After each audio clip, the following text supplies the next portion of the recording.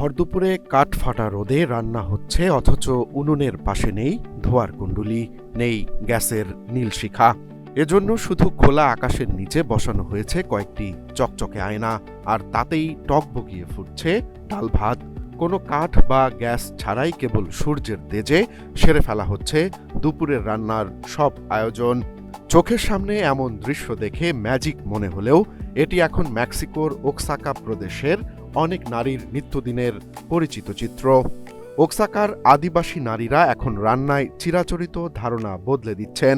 Solar cooks বা সৌর রাঁধুনি নামের একটি প্রকল্পের আওতায় প্রায় 50টি জনপদে এখন জ্বালানি হিসেবে ব্যবহৃত হচ্ছে কেবল সূর্যের আলো। এই অভিনব প্রযুক্তিতে রূপালী প্রতিফলকের মাধ্যমে সূর্যের তাপ একীভূত করে বিশেষ ধাতব পাত্রে রান্না করা হয়। প্রকল্পের অন্যতম উদ্যোক্তা লোরেনা হার্প জানান, এটি সম্পূর্ণ জীবাশ্ম জ্বালানিবিহীন একটি প্রক্রিয়া।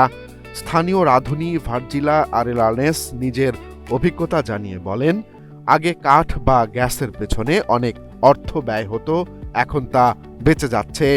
এমনকি এই পদ্ধতিতে খাবার পুড়ে যাওয়ার ভয় নেই বলে চুলার পাশে সারাক্ষণ দাঁড়িয়ে থাকতে হয় না। ওক্সাকা অঞ্চলে বছরে অন্তত 300 দিন কড়া রোদ থাকে।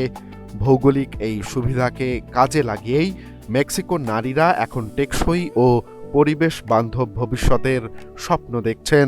ধোঁয়ামুক্ত এই রান্না কেবল খরচই কমাচ্ছে না, রক্ষা করছে বনাঞ্চল ও স্বাস্থ্য।